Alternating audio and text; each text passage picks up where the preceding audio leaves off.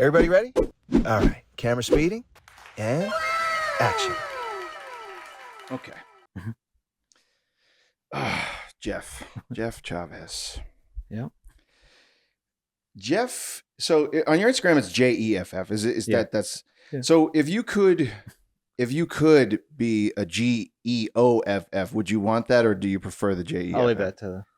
Yeah. They can have it. They can have it. So the GE can have it. What is your sign?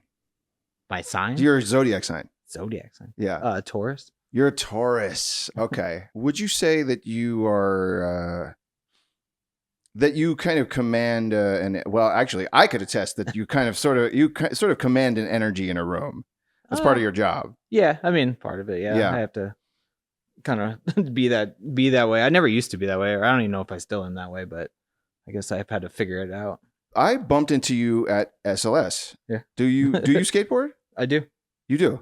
How No. long have you been skating for? Probably since like high school, just here and there. I never like got good at it. I was always like, just always loved going out with my friends. I was always the one that like wanted to film and stuff like that. So granted, then when I was skating, probably wasn't a ton to film, but I had my old GL2, but that's what. Okay. So mini DVs the whole time. But no, I started doing all that stuff with my buddies, and I kind of got into snowboarding. So I was kind of mixed both snowboarding and skateboarding, and so then it kind of just led me on a path where just like I'd like to go out on the weekends and stuff. I always had a job, so I never like could skate like every single day. You asked me to trick on command. No, that ain't. No. So I'll film it. If you're on a skateboard, someone drives by and says, "Do a kickflip," you won't do it. I'm like, I need like 50 tries. That's great. That's great. Yeah, okay. So not on command, but yes, I skate here and there. I must say your name sounds like you sound like you are. Your name is the name of a playable character in Tony Hawk 2, like That's for fair. sure. That's Like fair. I feel like I've chosen Jeff Chaves as my skater. I've made them a few times in the game. All right, so if you had to choose a Tony Hawk game, which would be the best? Oh, I'm terrible at like memorizing, like with anything. Like, oh, someone remembered a song in a skate. I'm like, I can't. But I always remember the original one. The original. Oh yeah, Original's great. My favorite was 2. I think 2. Because you had the school, you had the air. Whenever you could start reverting, that's when I could get good at it. Yeah. I had I would put in the code for unlimited like manual balance, and then I was just putting up millions of points and tricks. Yeah, no, I love that one. Tony Hawk 2. It's good memories. Oh yeah. So you ruined my mom's day. Do you know that? I did. You did. I mean, I kind of ruined everybody's mom's day because my birthday falls around there, but I don't know why I specifically ruined your mom's birthday. So funny story. By the way, I'm just kidding. She was fine. Okay. So my mom comes into town, and I happen to be working a Knights game that night. So I'm like, oh, I'm gonna go out on the ice for sure because I'm working RF. Okay. So I'm like, I'll get tickets for you, and my Aunt Lauren was here too. Okay. And that game. And then every game since then, there's only been one RF camera on the ice. So I didn't end up going out on the ice that game. And that was also the game, I'm sure you remember, there was the helmet would not come down. Oh, yeah. That was infamous. What was that? What like how much panic, like how much of a big deal was that? Was it like just like, it's a little snafu, or was that like huge? No, it wasn't a big deal. And, won't say exactly what happened, but no, like you get into the moment, and luckily, with our producer Tyler, like he made a great call. There was something that happened, but then he made the snap decision. It was like, well, he knew exactly, because I was like, no, we should just go, not thinking much about it. But then he was like, no, too much time has passed, so by the time it gets down and lands, it might still be coming down. The guys might skate out and might get, so that it's a safety thing at that point. So then we made the decision to not send it. But yeah, it's never happened. I didn't hear any of that part of it because I wasn't on that part of the comms. Yeah. But I did notice that the pivot that was made in terms of what I could see was rather the Golden Knight will normally bow to the helmet, and then the players will come barreling out of the helmet. And because the helmet did not come down, he bowed to the camera, and then Court slowly pushed past him, and then the players started coming out. I thought that was a great pivot, man. Yeah, like if you didn't know the helmet was coming, you would never have you wouldn't have noticed anything happen. Yeah, I think, and with a lot of that stuff, it's thinking on your feet. Like it's we've done it a million times. So like, what could we do, or what's in everybody's wheelhouse right away to make a quick change like that? And luckily, I think Court he was for it. He was just like, he just started skating. We're just like, just stay with him the whole way through. And then he just does it. So luckily, when you have people that kind of buy in and know exactly the way it should go, and way if things went wrong, how to handle it, everybody, like, for the most part, like I would say, like, everybody stayed calm and it didn't get too out of control. And in a situation like that, there could be mass panic, but for the most part, we got through it. I mean, well, and speaking of that, everyone is everyone on that team is ice cold. I mean, no pun intended, but like they're great at what they do. So that kind of leads into the other thing I wanted to ask. You're at the helm essentially of the in-house or the home show, the home hockey presentation or production that the NHL considers to be the best in the league. Mm-hmm.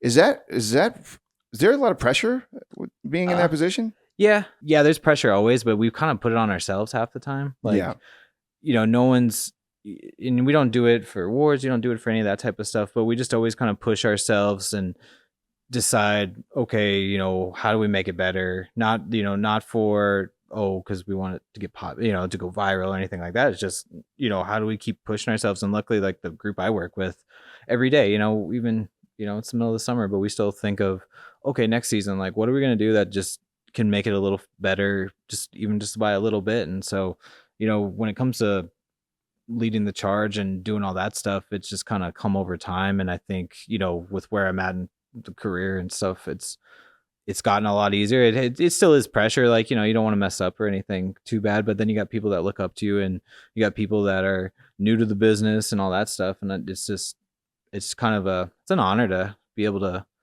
start kind of like these new faces that I want to do this. Cause now that we have it, it's, the thing everybody wants to do. But when I kind of started doing it, we didn't have this type of stuff. So it's just, luckily I got the chance. And so now it almost feels like you're supposed to give back and try to make it happen for somebody else. So I love that. Do you agree that it's the best home game in the league?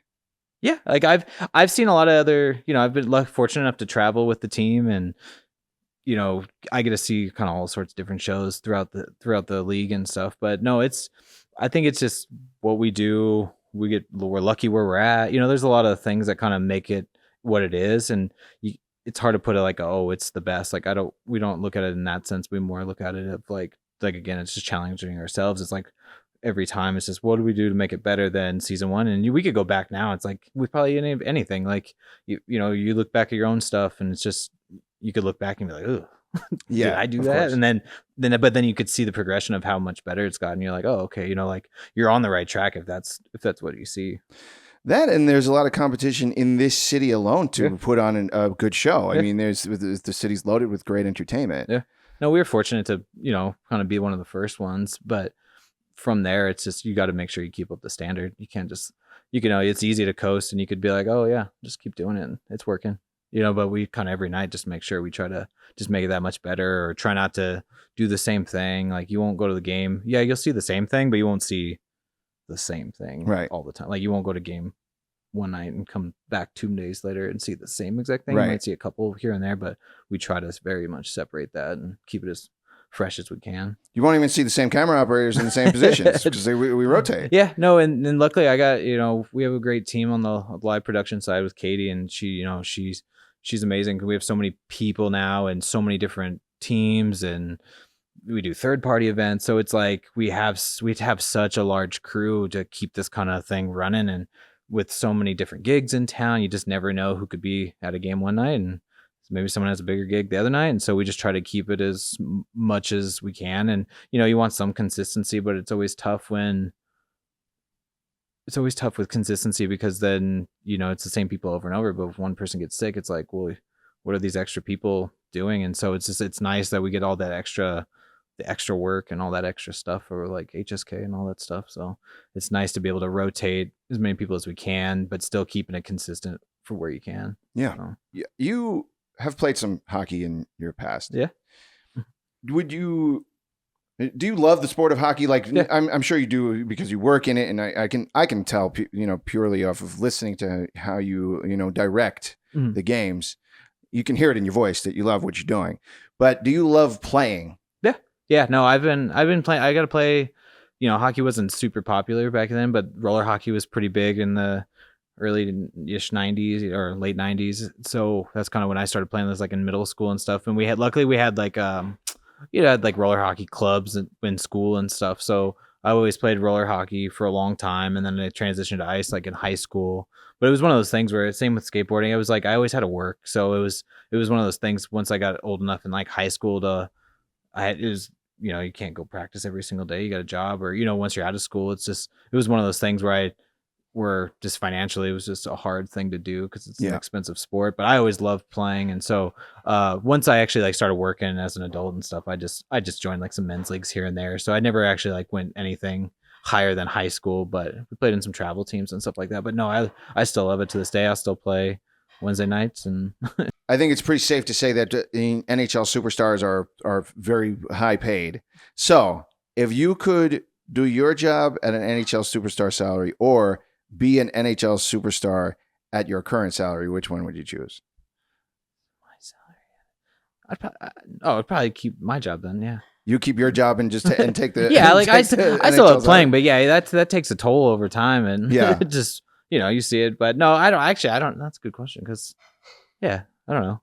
Either one would be pretty fun. Yeah. But it's a grind. Like those guys, after seeing it, like you're only on such a small portion of it. But yeah, like traveling every couple of weeks, it's a lot. Like just doing once or twice throughout the season. It's like, oh wow, it's a grind. But yeah, I guess your job's to play hockey and do your thing. It's pretty fun too. Yeah, absolutely.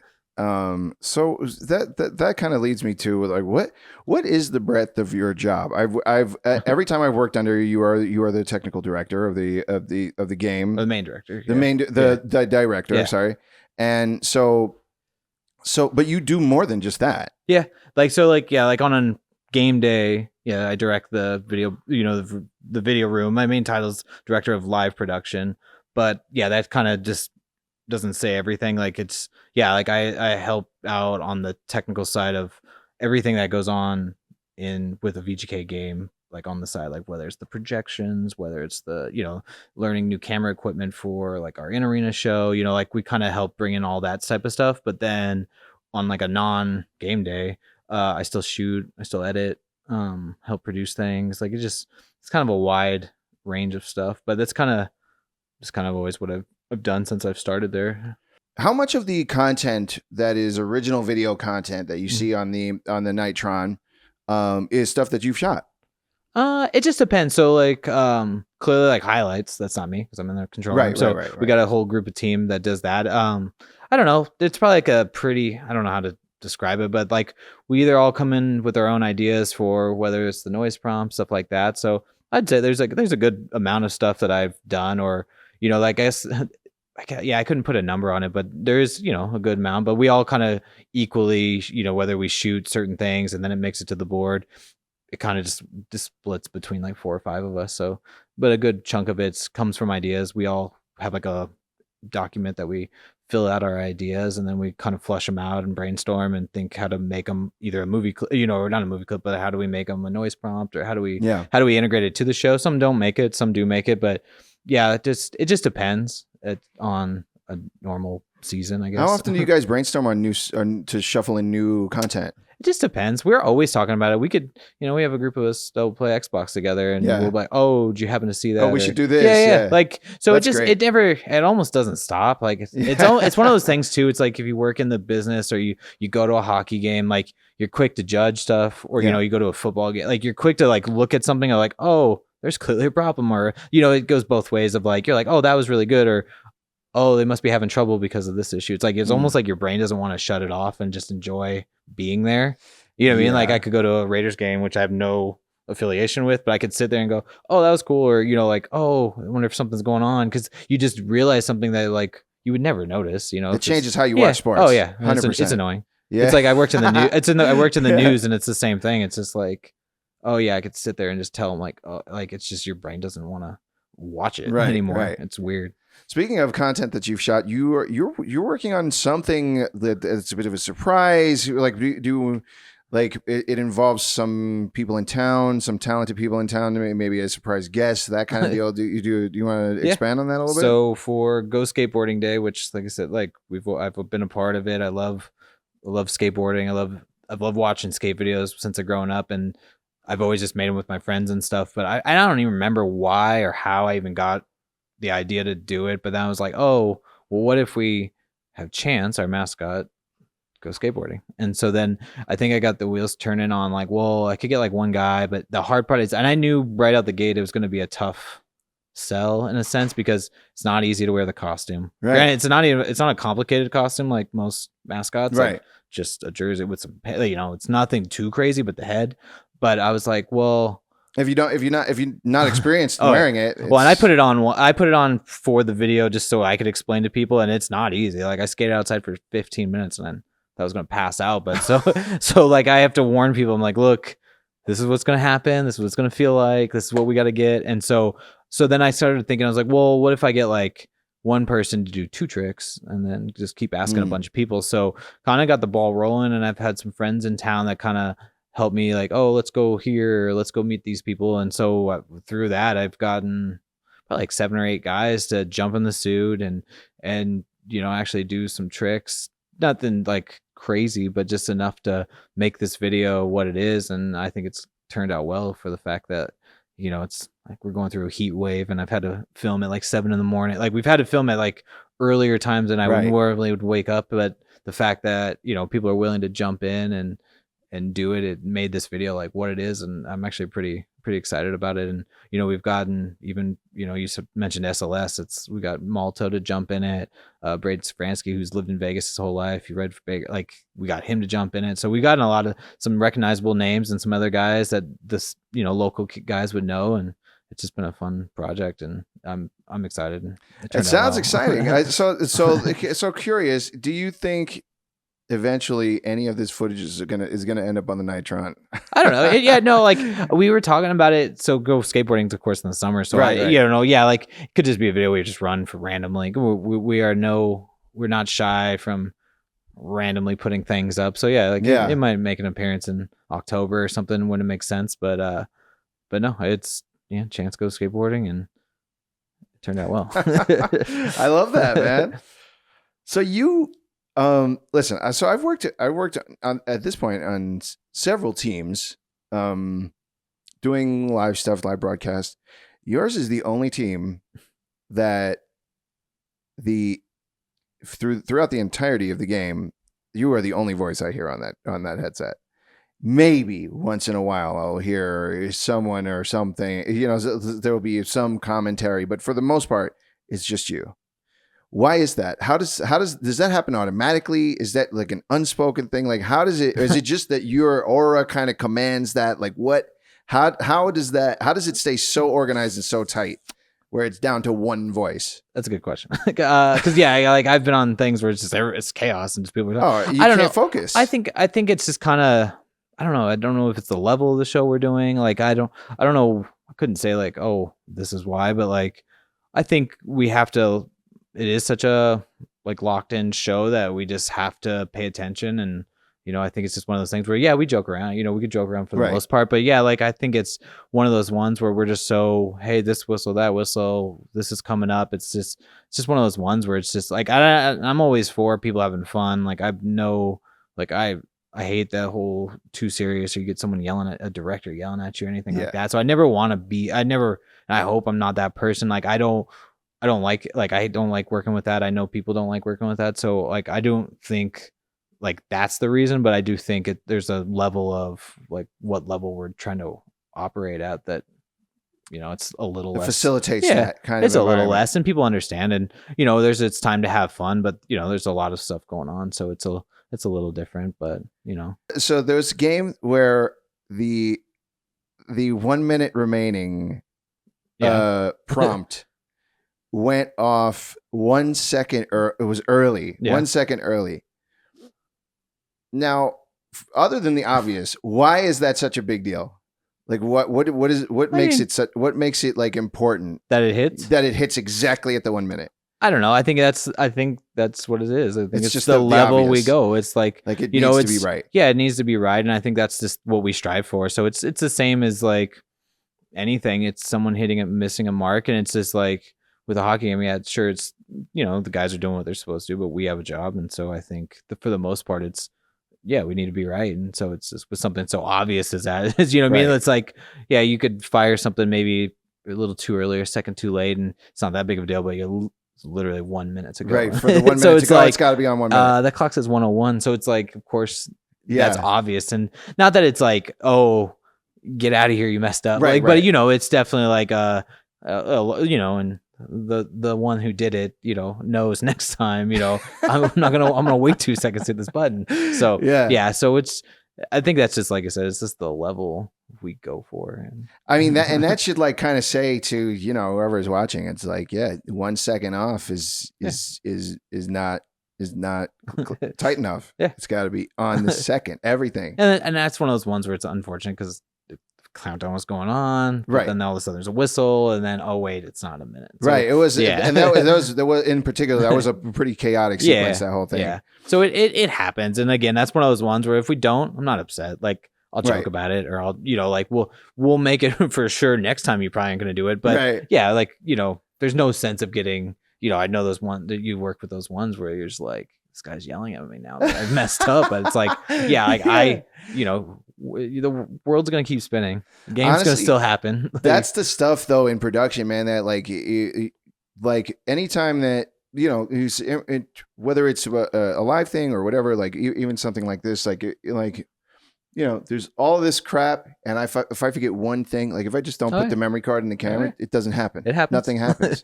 So it's like you learn those things. Those mistakes are like, first of all, I'm not even the person that does that. And I'll never forget that. Every time I see a 1 minute remaining, I'm gonna think back on that, and it's like, oh, that's got to be right. Like now I know that, and I don't even do that part. So it's like the mistakes and the the kind of lightning strikes, that's the stuff that gets you to the point of being super solid at what you do. Yeah, it's just one of those ones where it's just like you want to be perfect every night, and and I've hit the goal horn on accident. It's just and that it gets to you. Like don't get me wrong, it's like I didn't do the 1 minute button, but like the horn, it's just one of those things where it's just like, did anything happen? No. Right. Do you feel like an idiot? Yes. It's so like and you'll beat yourself up, but you believe that next game I'm gonna be way more locked in, and it's just one of those unfortunate things that just happen, and you get excited and all that stuff. So it's like mistakes happen, but you'll learn from it, and that's what I've always done. Yeah, that, and I mean it's hockey. It's pretty even if you're like you watching your whole life, there's sometimes you're gonna see a goal that wasn't actually a goal. Yeah. Now. Yes, I'll look at the referee next time. But when my brain goes, oh, that's for sure in. It has to be a goal. Press the button. But no, I won't do that. But we're doing the PG version. I wish I could remember that. There's actually a Knights version of this, and I can't remember it. Maybe you could help me. Okay. So, but I want to do a hug, marry, kill. Okay. Do you remember the Knights version? It's like bench, start, trade, or something. Start, bench, cut. Yeah, maybe. Is it that? Well, all right. So, Chance, the Golden Knight, and the Squire.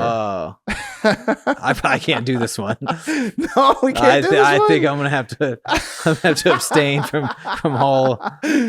Okay, all right. Those who know probably my answer, but okay, all right, fair enough. We'll do it. You'll tell me later. Behind the scenes. You've been with the Knights since day one. Yeah. How do you feel about Vegas now being like one of the biggest sports cities in the country? Like where it went from zero professional sports to now. I think it's awesome. Like I think it's one of those cool things where like before, I grew up here. I always loved hockey, so it was one of those ones where you almost felt like an outsider. Like you like hockey, it's just one of those weird things that to like, but now everybody likes it. But it's especially in Vegas. Oh yeah, so it's just awesome to see. I've got to see. I've been here my whole life, so I've seen it from the beginning, and I've worked in live production now for a long time, and so it's cool to see from where we've been to now where we're at, and so it's just one of those things to see it get so popular so fast. Like I love it. Like I love the fact that there's a chance that we could get NBA, there's a chance that we get baseball, and it's just like, I'm not I won't sit down and watch all of them, but like at the end of the day, it's good for the city, it's good for us, it's good for the behind the scenes people that make it happen to get work on a daily basis almost, and it's just cool to finally be able to say, yeah, we're a sports town, and it's not just like, oh, you're a fan from somewhere else. And so I love that, just how fast and how quick it blew up, and that's my favorite part. I love it too, man. I've lived here since before the Knights were here. I've been here 9 years. Knights 7 years? Going on 8. Yeah. Going on 8. Yeah, so I remember it too, and I love it. Like I remember when the Knights first arrived, and it was like, it went from this like the hype that they were coming, and then like everywhere, man. You can't go anywhere. Every bar has Knights memorabilia and merch. Every car has a Knights license plate. Yeah. Every car has a Knights bumper sticker.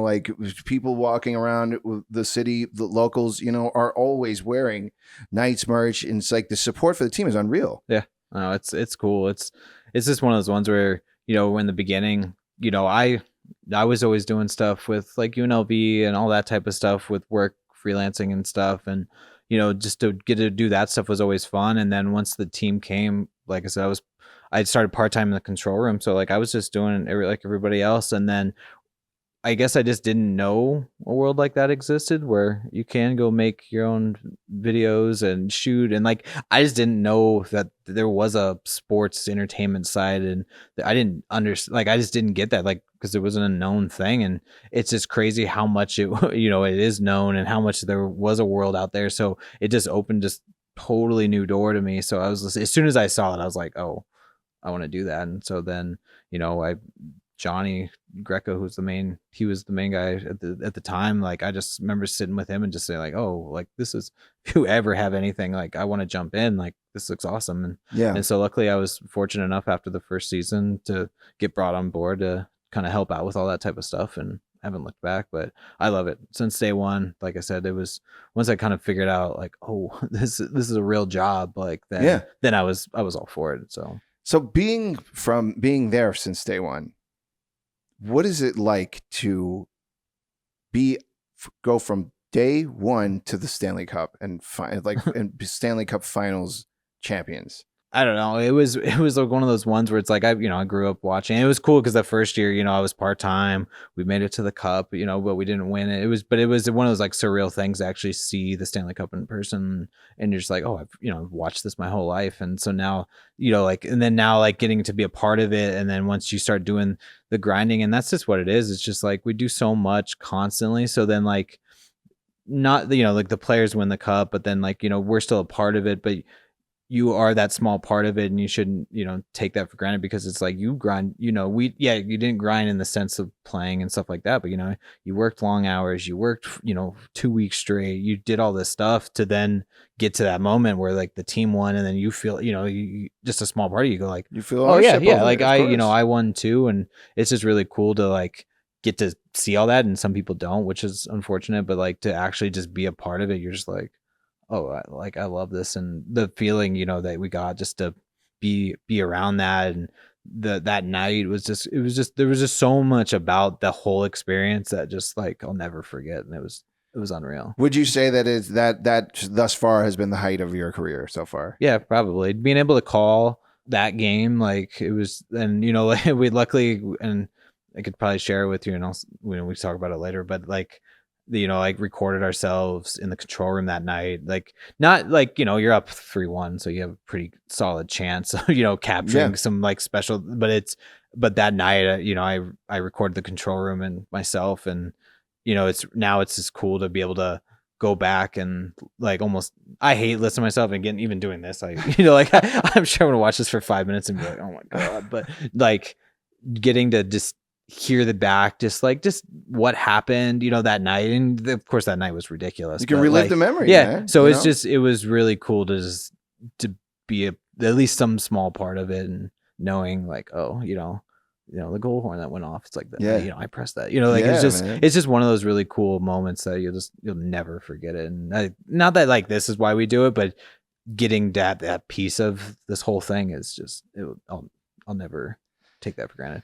So so my next question is usually to ask about a low point, Okay. but I think that this is like a really good, like, low point is me hitting the really goal good horn. vibe. Is what? I said me hitting a goal horn. No, that's a low point.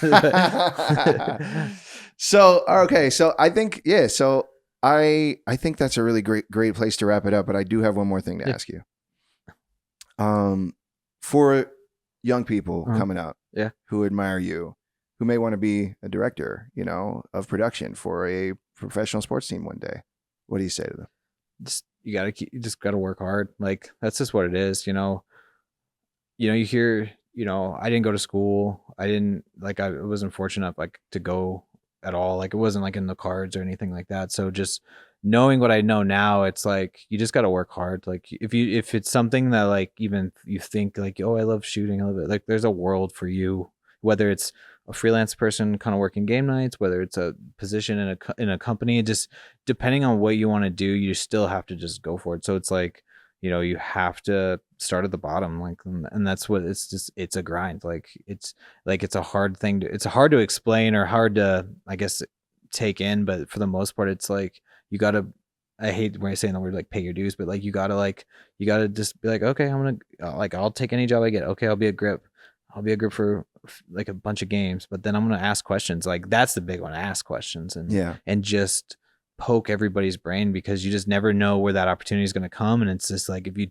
just kind of waste your time, or you show up, you're wasting your own time, because you're not going to go anywhere. You're just going to be that one guy that does the one thing. But if it's like, if you really want to kind of keep making your way, you kind of have to know a lot. You have to put in the time, put in the effort, say yes to almost every, there's some awful gigs, that you have to work to kind of just to make it. And then, you just slowly just start kind of making your way up that ladder, and you're that guy that's reliable. And like, that's the biggest one, is just be reliable, show up, just come in with a good attitude, and you'll be surprised on how far that gets. And that's kind of one, not to go trailing off, but it's just like, I'm willing to give almost anybody a chance that's willing just to try. Like, I'd rather have someone that has no experience, has a good attitude, actually wants to learn something, versus someone that comes in that's really good at their job, but then just kind of thinks that they're the person. And it's like,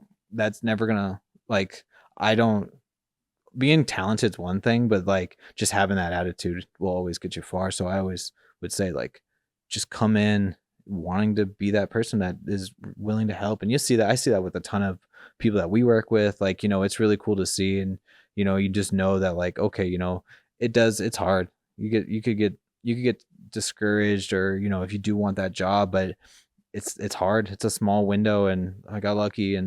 But I do think, like, there is always that world where if you just kind of keep showing up and keep going, and it's just, eventually it will happen. So I would say, just be persistent, and I love that, man.